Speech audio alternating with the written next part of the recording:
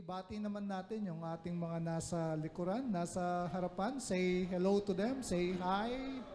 How are you this morning? Okay. Medyo napuyat ako kagabi dahil yung aming kapitbahay ay bibidyoke. No? At eksakto naman, no? Parang tinetest yung aking patience dahil ang pag-uusapan natin today is about patience. Sabi ko, pambira to. Sabi ko, mukhang ako yung unang tinetesting, no? Mukhang tinetesting yung aking pasensya. No? So, we're talking about yung ating series. Sino na pinag-uusapan natin?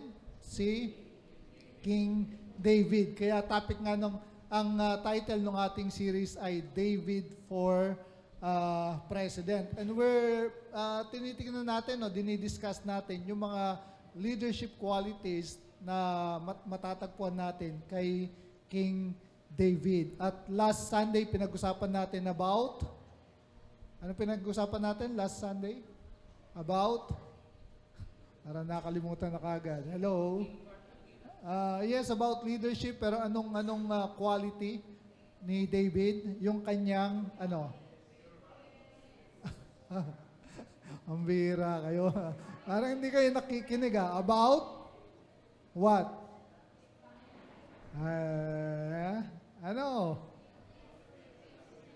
Faithfulness. Yun yung kanyang pagiging matapat. Ano ba kayo? Mga tapat ba kayo? Okay, so how have you been faithful this week? Ilang oras yung in-spend mo sa pagbabasa ng Bible? Have you been faithful in reading your Bible this week? Have you been faithful in praying to the Lord this week? Okay, so nakita natin dun sa life ni David na yung faithfulness dun sa small things is rewarded with great things. Tama?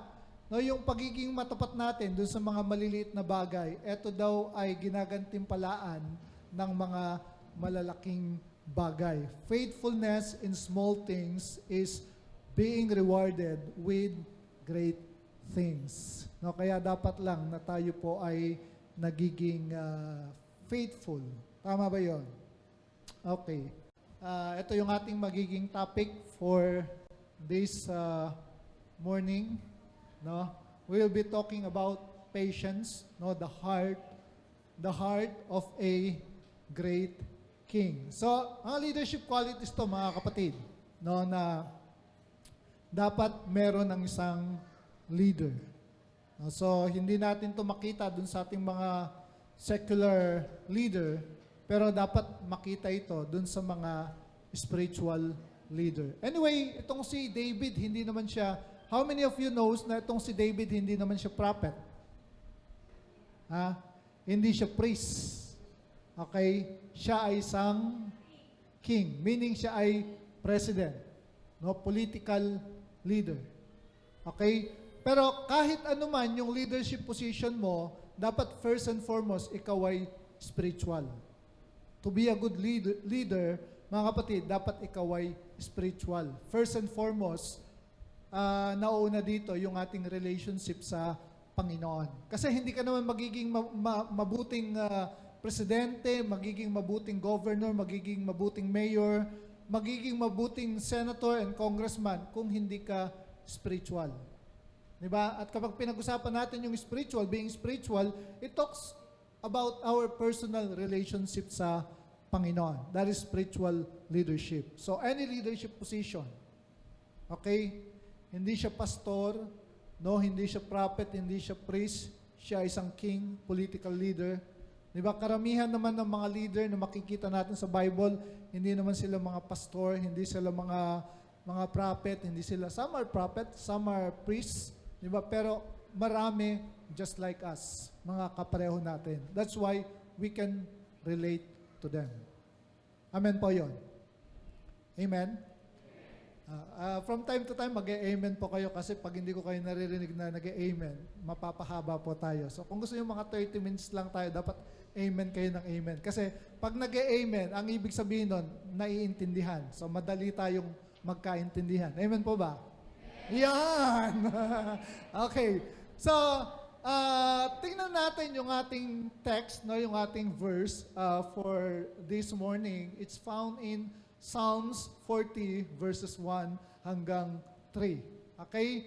Pero, syempre, alam natin na yung mga chapter, mga book sa Bible na pinag-uusapan yung telenovela.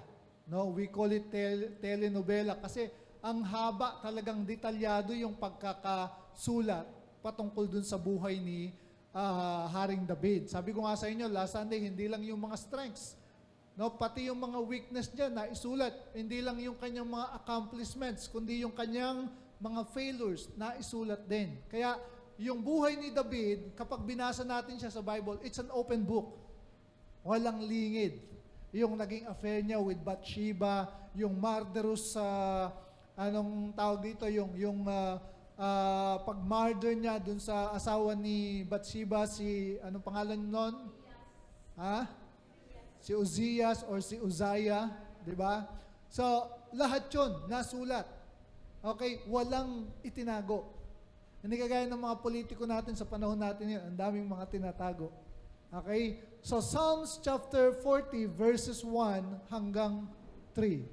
Konting Bible trivia. Ilang chapter meron ng Book of Psalms?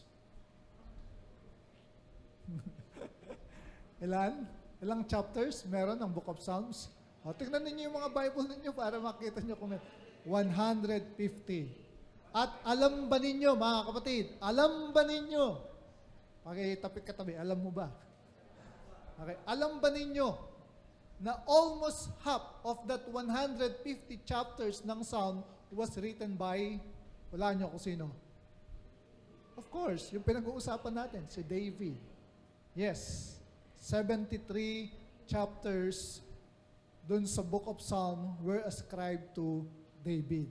Dalawang book sa Old Testament, no, yung 1st and 2nd Samuel, lahat yun, halos yung buhay niya yung kinukwento. No? So, dito, ang sabi niya, pwede po natin sabay-sabay basahin. Verse 1, I waited patiently for the Lord. Parang end of topic. Di ba? Kasi that says it all. Di ba? That says it all. Okay? I waited patiently for the Lord. So, ano yung leadership quality na meron si David? Patience. Pagiging matyaga. Pagiging pasensyoso. Hindi pabigla-bigla. Hindi pa, ano pa yung ibang word? Padaskol-daskol. Hindi pa dalos-dalos. Hindi pa, kung ano pa yung mga same word. Diba? He turned to me and heard my cry. He lifted me out of that slimy pit, out of the mud and mire. He set my feet on a rock and gave me a firm place to stand. He put a new song in my mouth, a hymn of praise to our God. Many will see and fear the Lord and put their trust in Him. Kaya karamihan ng mga kinakanta po natin, mga praise and worship songs, hango dun sa Book of Psalms. At halos karamihan nun ay sinulat nitong si King David. Interesting? Interesante. Kaya nga yung mga may assignment ng 1 Samuel at saka 2 Samuel dun sa School of Leadership natin, halos may idea na kayo. Kasi it talks about David. Dali ng gawan ng ano niyan. Amen ba yun? Manalangin po tayo, Panginoon. Maraming salamat, Lord. Give us inspiration. Give us enlightenment, Lord God. Bigyan po ninyo kami ng excitement at patuloy na mabuhay po yung aming passion, Lord, yung fire. I-rekindle po ninyo sa aming mga puso at hayaan po ninyo na matuto po kami sa pamagitan ng buhay ni David, Lord God, kung papaanong siya ay nagsimula bilang isang shepherd boy at siya po sa pamagitan ng mga katangian na meron siya mula dun sa sheep pen, Lord God, dinala po ninyo siya dun sa King's Palace, Lord God. Nakita po namin sa simula kung paano po ninyo ginantimpalaan yung kanyang katapatan, O God. At nawa po, ganun din po kami maging tapat dun sa mga maliliit na bagay at ganun din, Lord God, maging matyaga po kami in waiting patiently for you, in waiting, Lord God, the answers, Lord, para po sa aming mga prayers, Lord God, at maging patient po kami, Lord God, na habang nag-aantay po kami dun sa materialization, Lord God, ng aming mga dreams, ng aming mga visions, ng aming mga goals in life, Lord God. Matuto po kami sa buhay ni Haring David sa umagang ito. Salamat po sa inyo ang papuri sa pangalan ni Jesus. Amen and amen. Pakisabi sa katabi, patience. Uso pa ba? Uso pa ba yung word na patience? Lalong-lalo na dun sa ating panahon ngayon. Di ba? Ang panahon po natin, ito yung tinatawag na the age of parang everything instant. Parang lahat ay instant. No, merong instant gratification. Meron ng mga instant coffee, instant, ano pa yung mga instant? Instant noodles. Lahat na lang, di ba? Parang mabilisan. Di ba? Pati nga sa pagtatanim, di ba, pinapabilis na nila yung proseso. Ito yung panahon po natin. At parang, kaya nga natanong ko sa inyo, kung uso pa ba yung word na patience sa ating panahon because of this truth, no? I want everything now. Diba? Yan na yung parang kaisipan ng maraming tao. Yan na yung kaisipan ng mga bata, lalong-lalo na yung mga tinatawag na mga millennialists, 'di ba? Yung mga bata na ipinanganak ng year 2000 na pataas. Ito yung year where everything is instant. Meron tayong technology, the rise of internet. 'Di ba? Panahon ng Facebook, panahon ng Google. Dati, ang mga estudyante, pag magre-research sila, kailangan nilang pumunta ng library. National Library, kinakailangan magbukas ng maraming libro, page 101, page 150, kinakailangan, ang dami mong mga libro na bubuksan. Pero ngayon, kapag meron kang internet, Google is the answer. Di ba? So, yan na yung panahon natin. Kaya nga, parang in our days, in our age, mga kapatid, nawawala na yung patience. Pero sabi ng marami, patience is a virtue. Di ba? Kaya lang, unti-unting nawawala. Pati yata sa pagbo-boyfriend, pag-girlfriend, kailangan, ano ngayon, no? Instant, dati habang ligawan, di ba? Meron pang panunuyo na tinatawag, meron pang magsisibak ka pa ng kahoy, di ba? Kinakailangan mo pang ipag-igib ng tubig, etc., etc., blah, blah, blah. Di ba? Pero ngayon, text lang. Sagutin mo na ako. Di ba? Text lang ang katapat. Okay na. Di ba? So, yun yung nawawala. Pero isa itong katangian, mga kapatid, na kapag wala tayo, hindi na-form ito dun sa ating character, baka pagdating ng panahon, tayo rin ang mahihirapan. Tayo yung magsasuffer. So, let's define, mga kapatid, yung word na patience. So, patience is the ability to wait. Yun daw kakayanan na magantay. Naranasan niyo bang magantay? Yung meron kang katipan, meron kang appointment, di ba? Tapos ang usapan nyo ay alas 7, alas 9 na, wala pa rin siya. Di ba? Anong feeling? Di ba? Maiirita ka, di ba? Pero, mga kapatid, isa pang question, na ranasan nyo na bang mag-antay sa Panginoon? Diba? Meron tayong mga panalangin. Diba? Meron tayong mga kiniklaim na promises ng God na ang tagal. Kiniklaim natin. Diba? Pero parang hanggang ngayon, we are still dun sa time of waiting. Diba? At yung time of waiting na yun, mga kapatid, merong tendency na tayo ay irita, maanoy, magalit, mabuwisit. Diba? At yun din yung mga time na kung saan we question the existence of God, the goodness of God, grace of God. Diba? Naku-question na natin yung mga ganong bagay. Diba? So patience, the ability to wait or to continue doing something despite difficulties. Yung bang pinagpapatuloy mo pa rin, yung mga ginagawa mo kahit merong mga hadlang, merong mga sagabal dun sa iyong buhay. Yung kahit hindi pa dumarating yung kasagutan dun sa answer sa prayer, you still serve God. Amen ba yun? Kahit merong mga difficulties.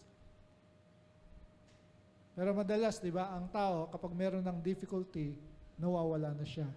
Nagkakaroon ng tinatawag na disappearing effect. Okay? So, or to suffer without complaining. Ganun ba tayo? Na kahit in times of suffering, di tayo nagko-complain. Parang hirap ng ganun no? Kaya patience is a virtue. At hindi naman ito instant nasa sayo. It doesn't parang happen overnight. Parang na-form ito. Di ba? Kinakailangang ma-form ito, ma-inculcate ito, anong tawag dito, maging sistema na siya ng ating katawan without complaining or becoming annoyed. So, yun po yung definition ng patience. Now, let's look, tingnan po natin yung paano ba natin nasabi na itong si David ay napakatyaga niya na tao. Na ito ay isang quality na meron siya, yung pagiging pasensyoso or pagiging matyaga. Let's look at the parang chronicle nung story ni David. Actually, medyo na-share ko na sa inyo last Sunday, di ba? Alam natin, he was anointed by the prophet Samuel when he was a teen. Saan natin mababasa yun? 1 Samuel chapter 16. Diba? After nung i-reject ng God si King Saul, sabi niya kay Prophet Samuel, punta ka kay Jesse at mula dun sa kanyang mga anak, pipiliin ang susunod na hari ng Israel. Okay, so natatandaan nyo na yung kwento ko kung nandito kayo last Sunday. Diba? Bunso, si David, wala siya doon. Nung pumunta si Jesse, kasama yung iba niyang mga anak, nasan siya? Nasa field, nag-aalaga ng mga tupa. Okay? Amoy tupa siya. Okay? So, ang edad niya doon is about 13 to 15 years old.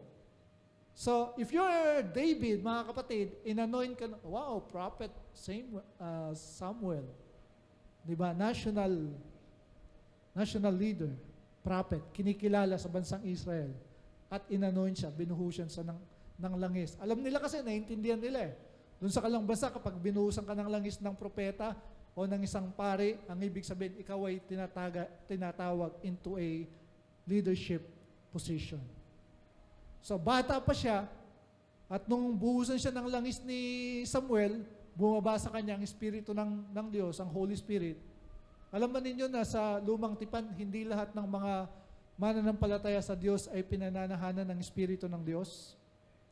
Ang Espiritu ng Diyos sa lumang tipan, ang pinananahanan lang niya ay yung mga propeta, mga saserdote, at saka mga hari. Okay?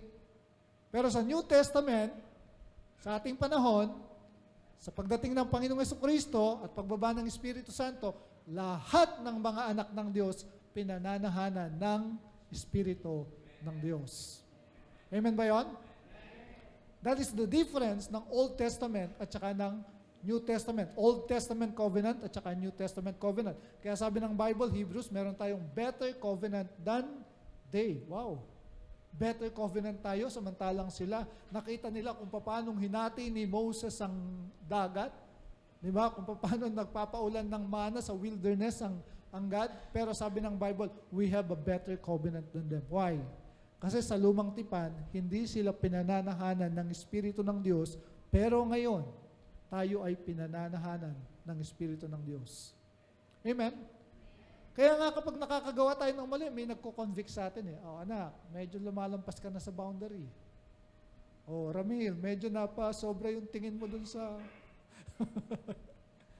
Diba? Merong nagbubulong sa'yo ng ganun. Diba? Although merong nagbubulong sa'yo dun sa kaliwa. Dun sa kaliwa. Usually dun sa kaliwa to eh. Diba?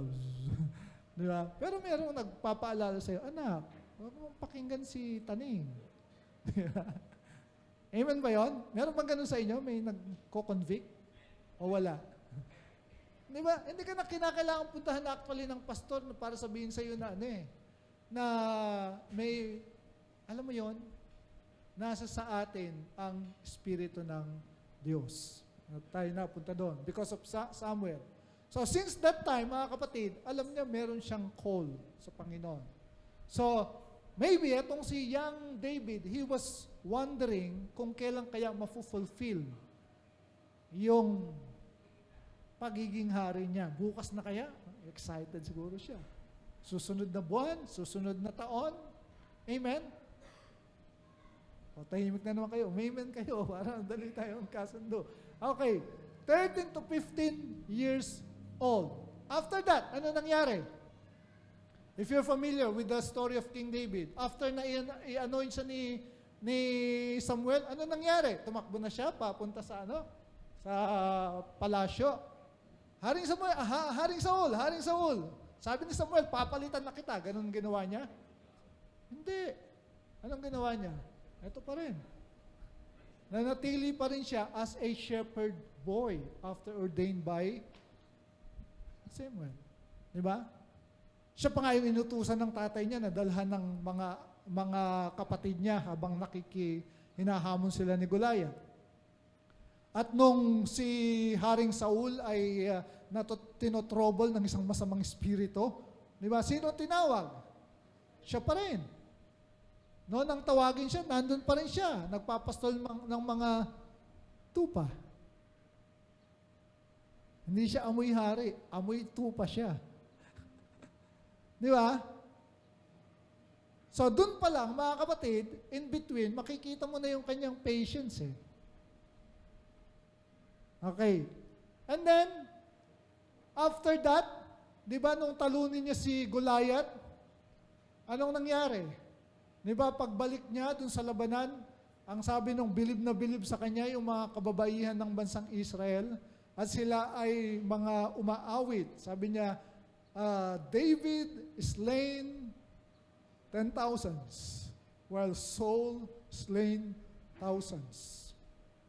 Aba, sabi ni Haring Saul, sikat na itong si David Mga susunod na kukuhanin na nito. Hindi na yung atensyon ng mga tao, kundi ang susunod na kukuhanin na niya ay yung aking trono. So naging threat na si David kay King Saul.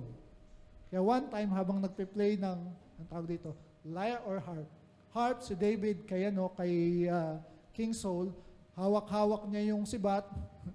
Di ba? Hawak-hawak ni King Saul yung sibat. Ang ginawa niya, pinukol niya kay David. Di ba?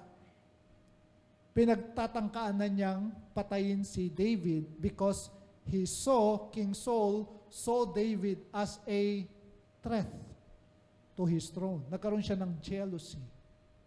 Hindi jealousy, jealousy.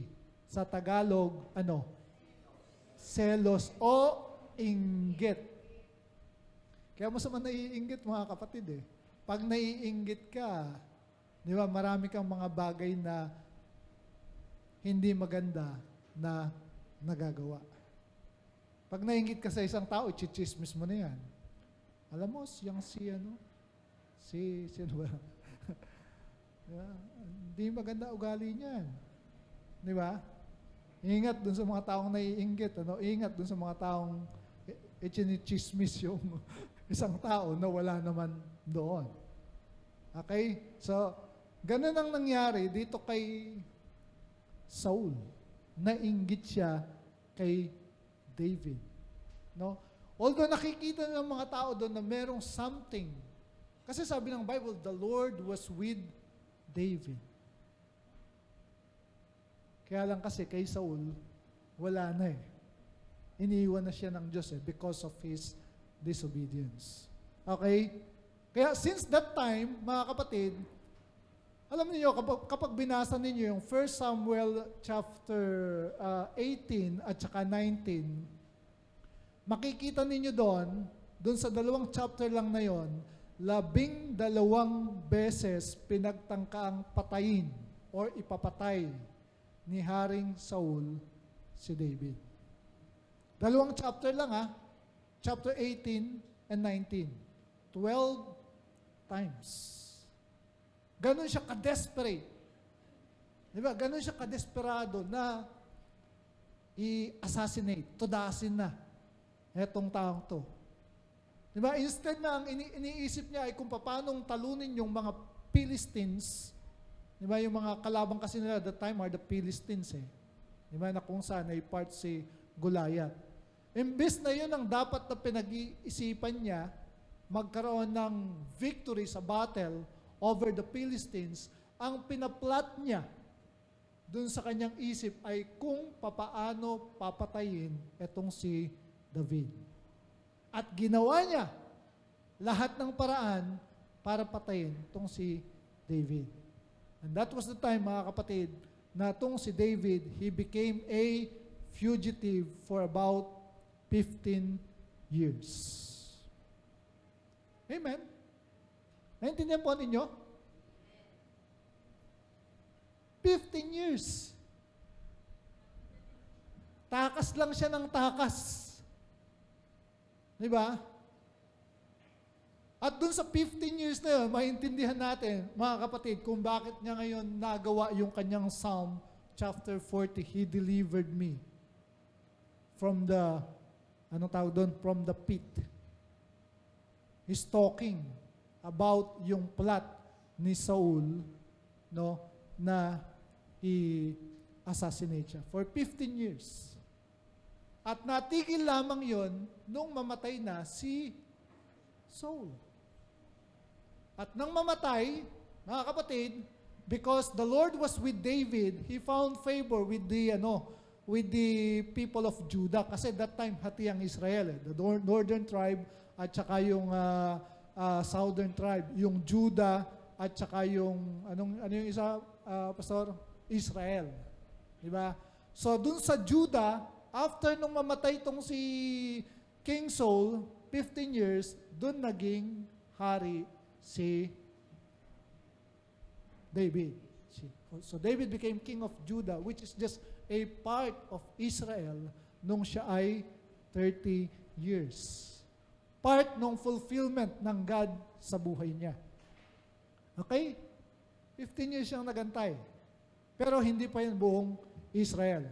Kasi, nung mamatay naman, etong si Haring Saul, kasama yung 3 niyang anak, kasama dun si Jonathan, yung kaibigan ni David.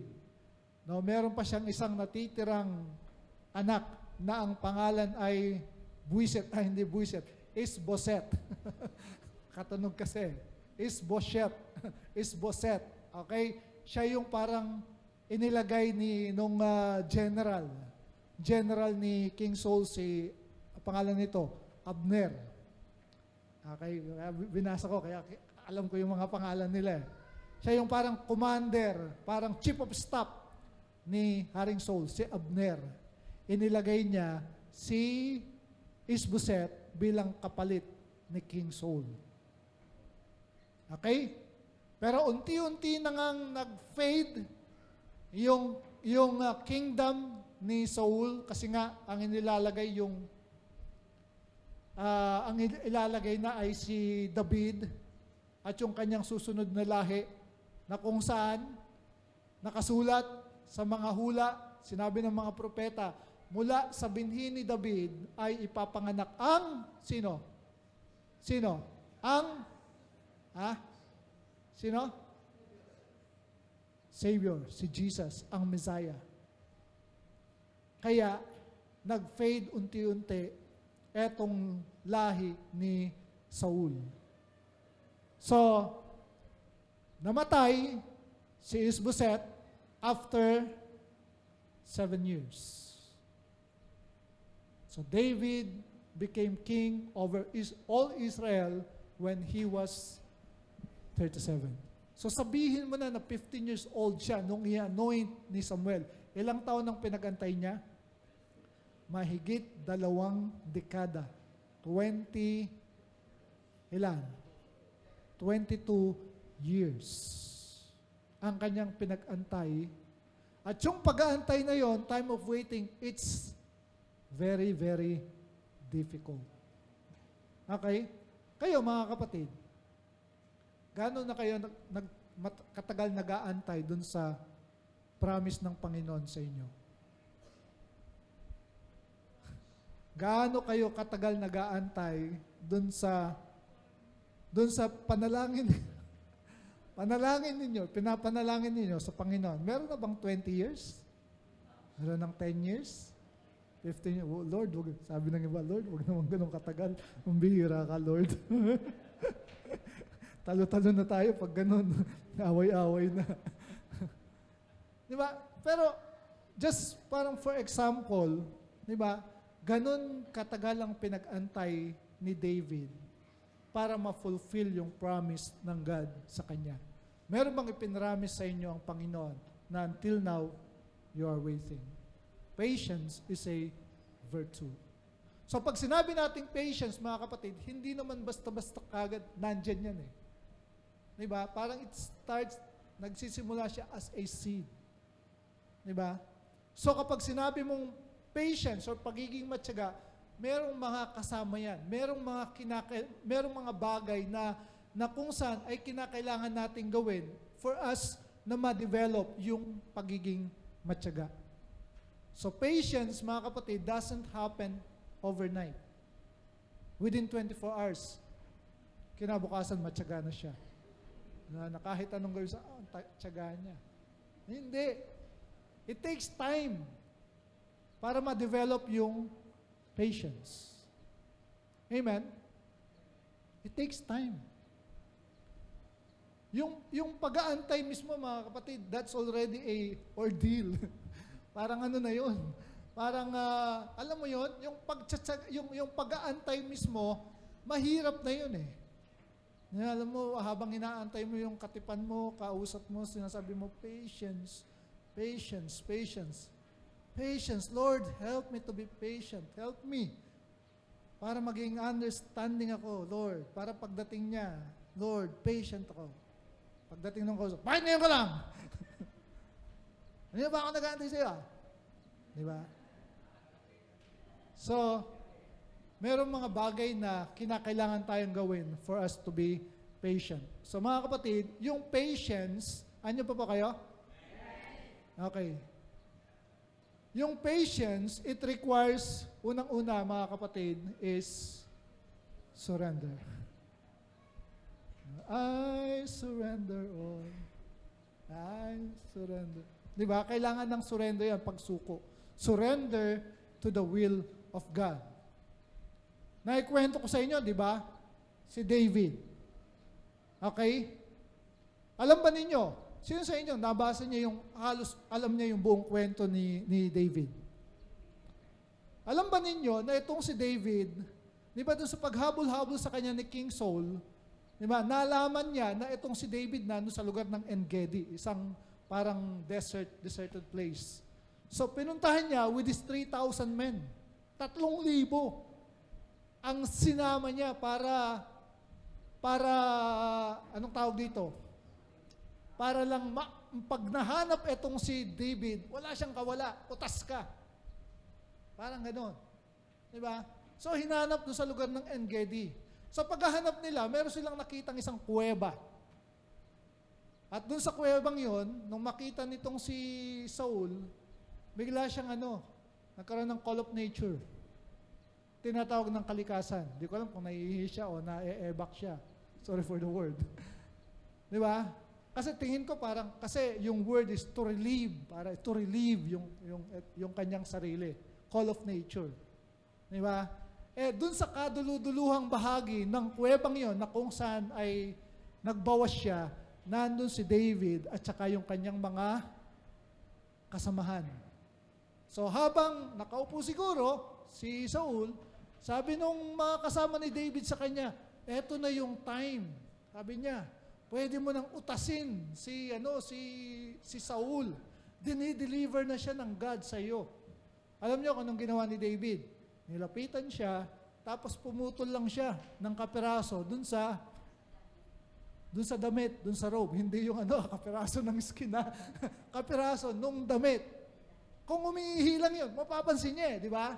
Pero, kaya nga, sabi ko sa inyo, nagbabawas siya kasi hindi niya napansin. Sabay putol. And then, nung nakalabas na ng yungib, si Saul, tinawag siya ni David, sabi niya, kamahalan. Ang ginawa pa ni David, mga kapatid, nagbow siya. Nagpatira pa. At nagbow sa lupa.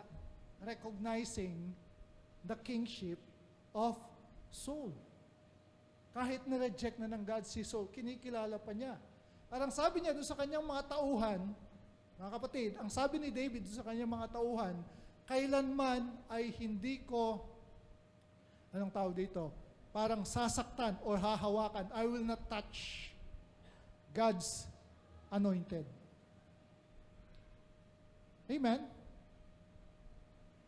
Hindi ko pagbubuhatan ng kamay ang pinahiran ng Diyos. Nirecognize niya yung authority na meron etong si Saul. Kung maiba-iba lang yun, mga kapatid, ba? Todas si Diba?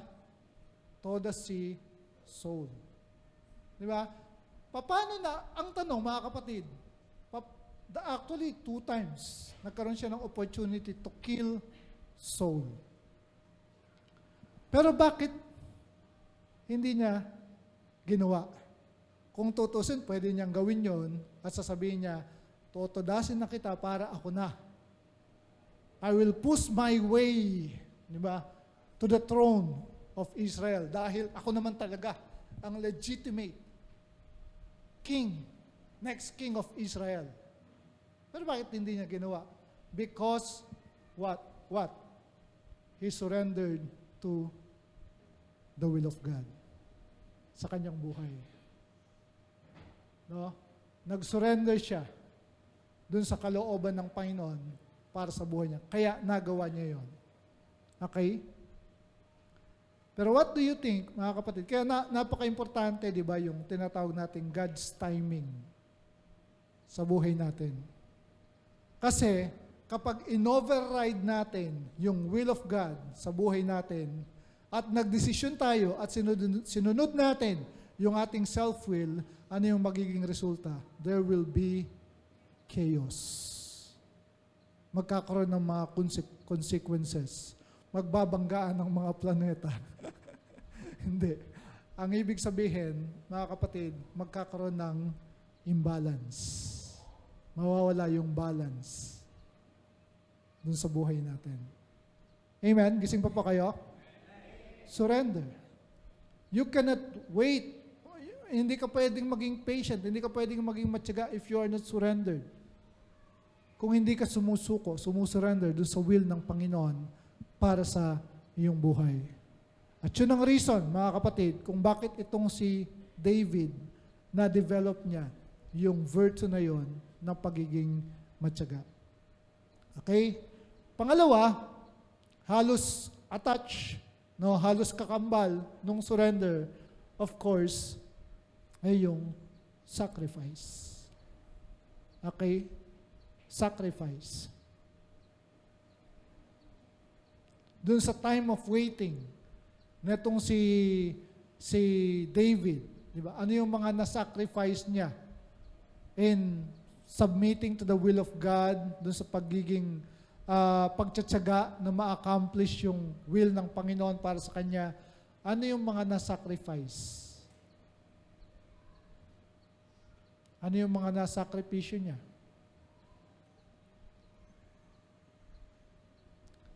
Nung siya ay naging fugitive, ano sa Tagalog ng fugitive?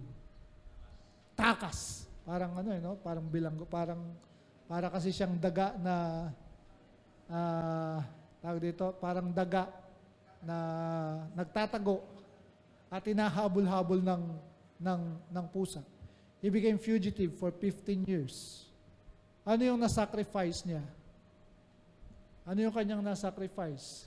Diba? Kasi nandun na siya. Diba? Doon sa King's Court. Naging armor bearer na siya. Diba? So, he sacrificed yung pleasure to be in the King's Court. Okay?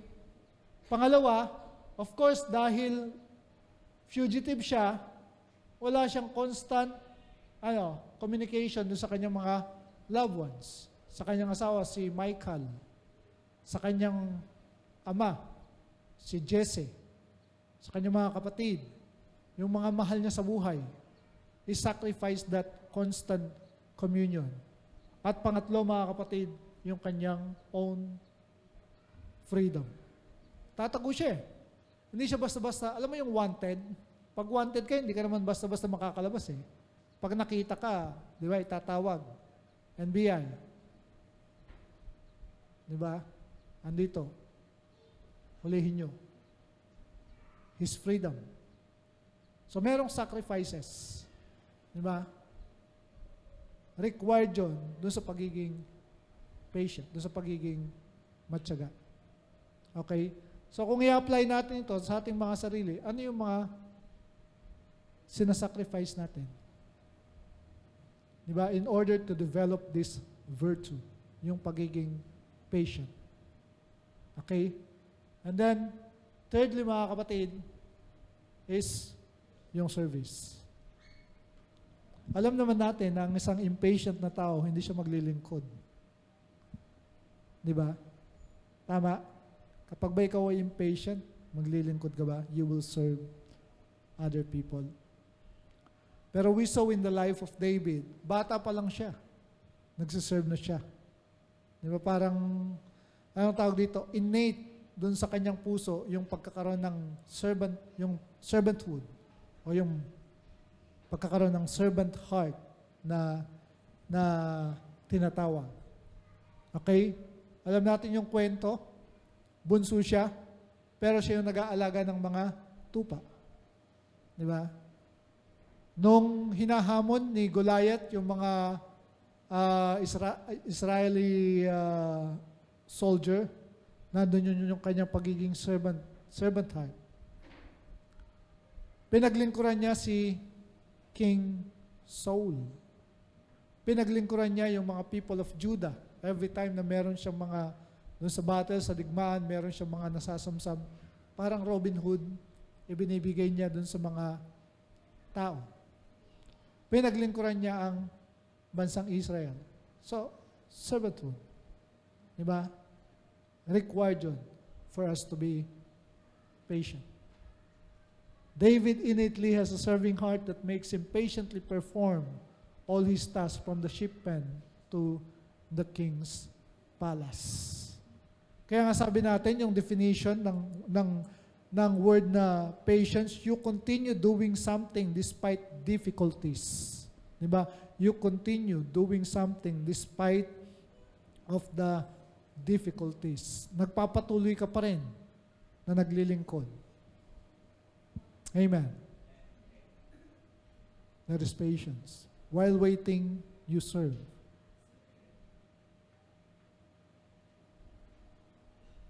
Kasi it is required.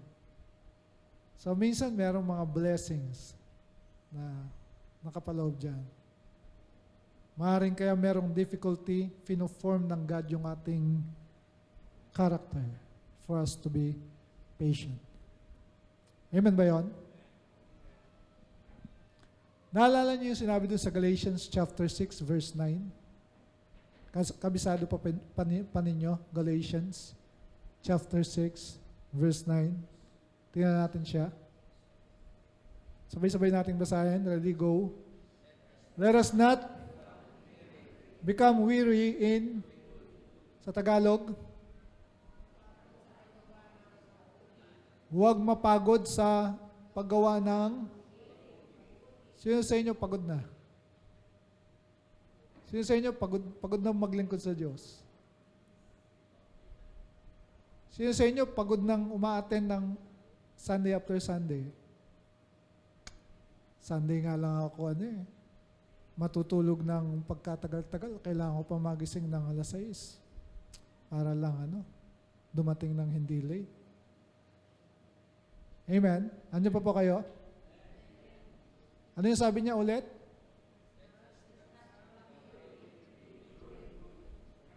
Huwag mapagod. Let us not become weary in doing good. Diba? Tuloy natin. Ulitin nga natin yon. At the proper, ano ibig sabihin nun? Parang aldab lang ang peg no? Sa tamang panahon. Okay? Tamang panahon. Diba? Parang ang hirap nun no? Yung tamang panahon, aantayin mo.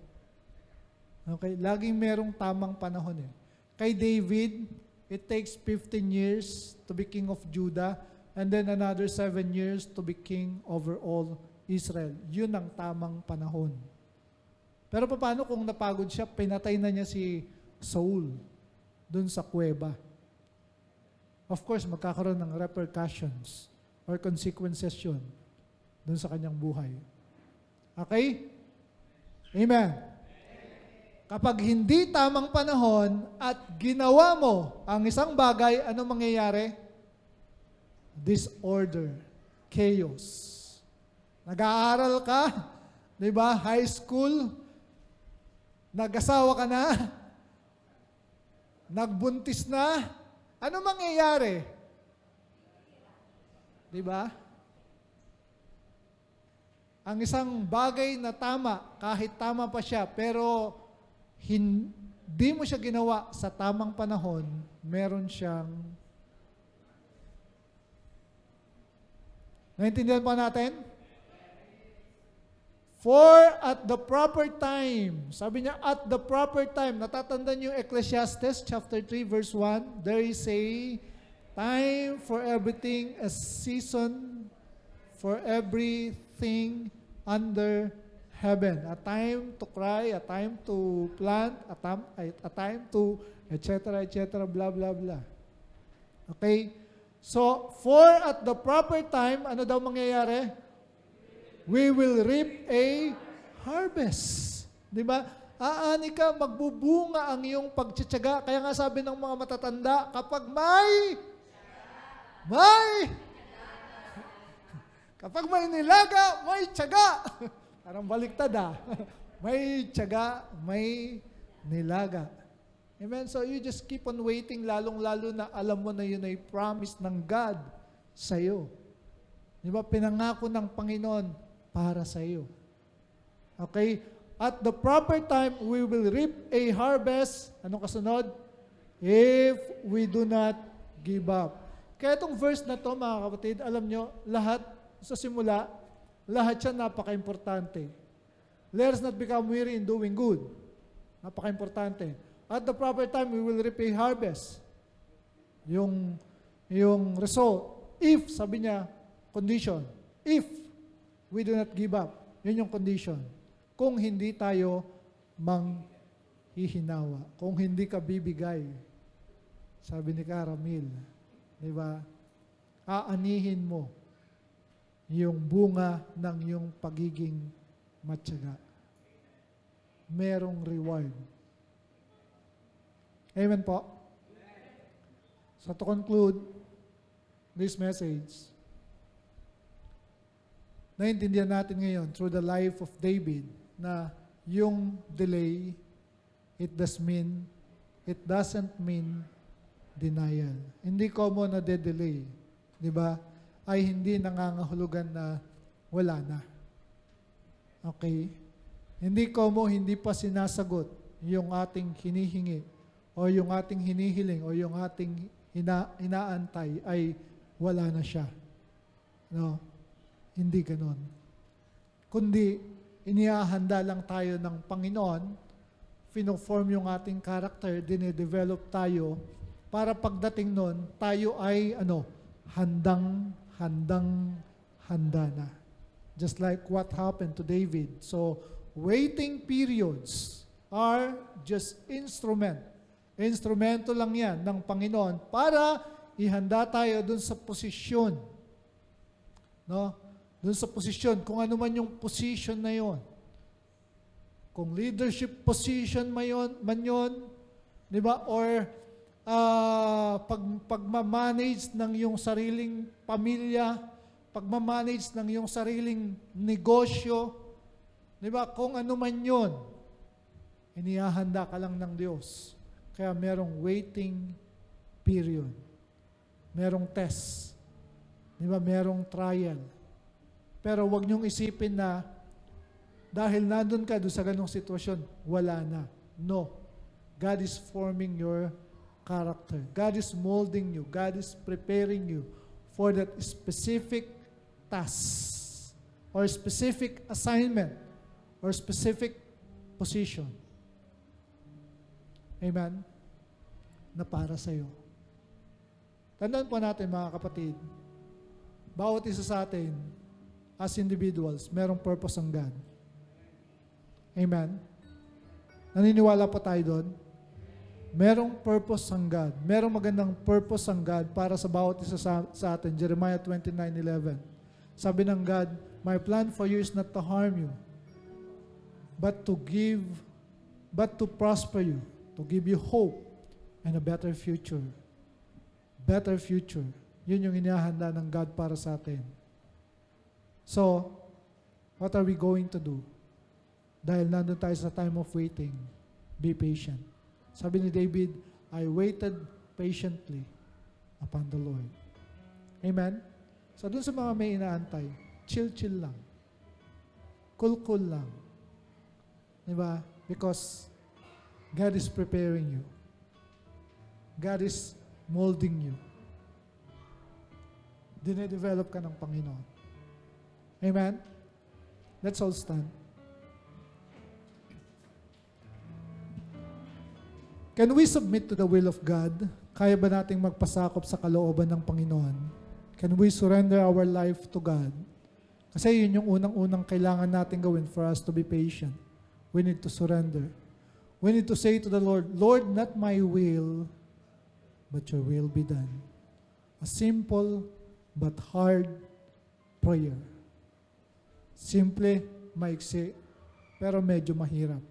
Kasi nangangahulugan yun ng paglalagay natin ng ating mga sariling kalooban dun sa dambana, dun sa altar ng ating Panginoon para masunod yung kalooban niya sa ating buhay. If we can say it, kung kaya nating sabihin yun sa Panginoon, Lord, not my will, but your will be done. Let that be the prayer of our heart this morning. Yun po yung maging panalangin natin, panalangin ng ating mga puso sa umagang ito. Can you utter that simple prayer to the Lord today? Lord, not my will, but your will be done. Thank you, God. Thank you, Jesus.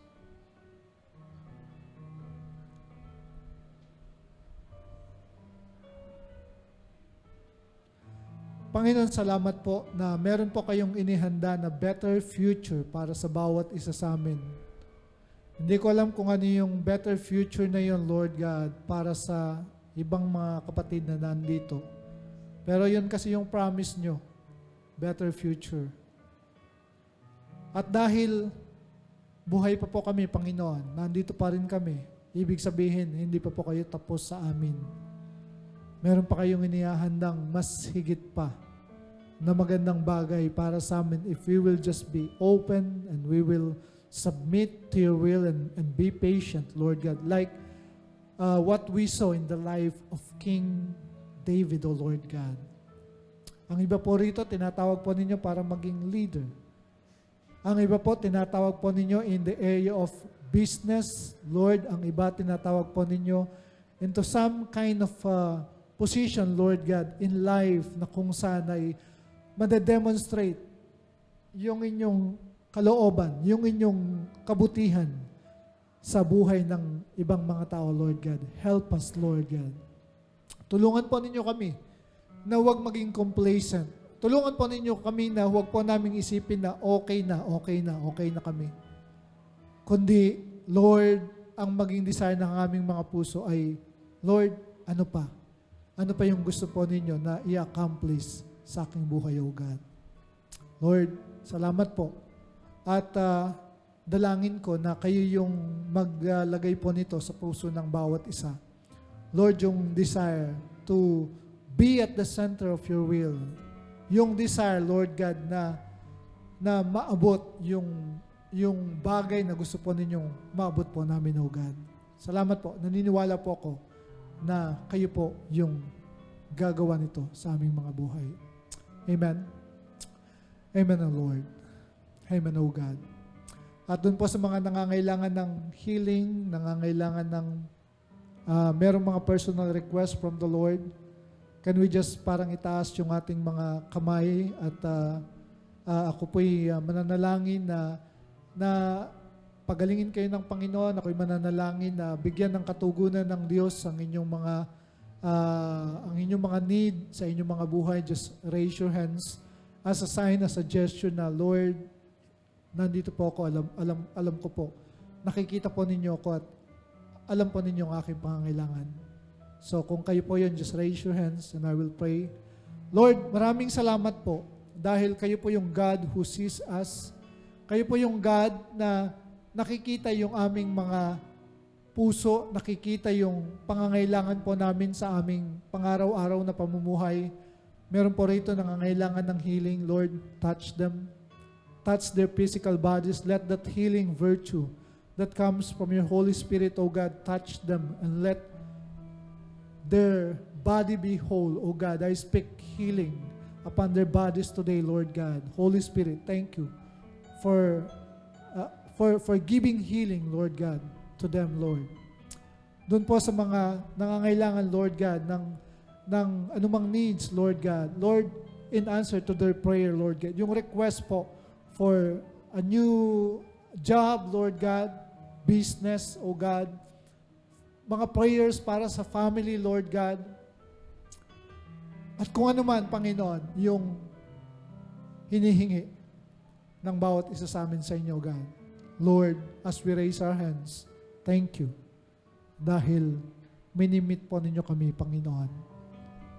Thank you for giving us today our daily bread, O God. Salamat po ng marami. Salamat for the answered prayer. In Jesus' name we pray. Everyone say, Amen. Amen.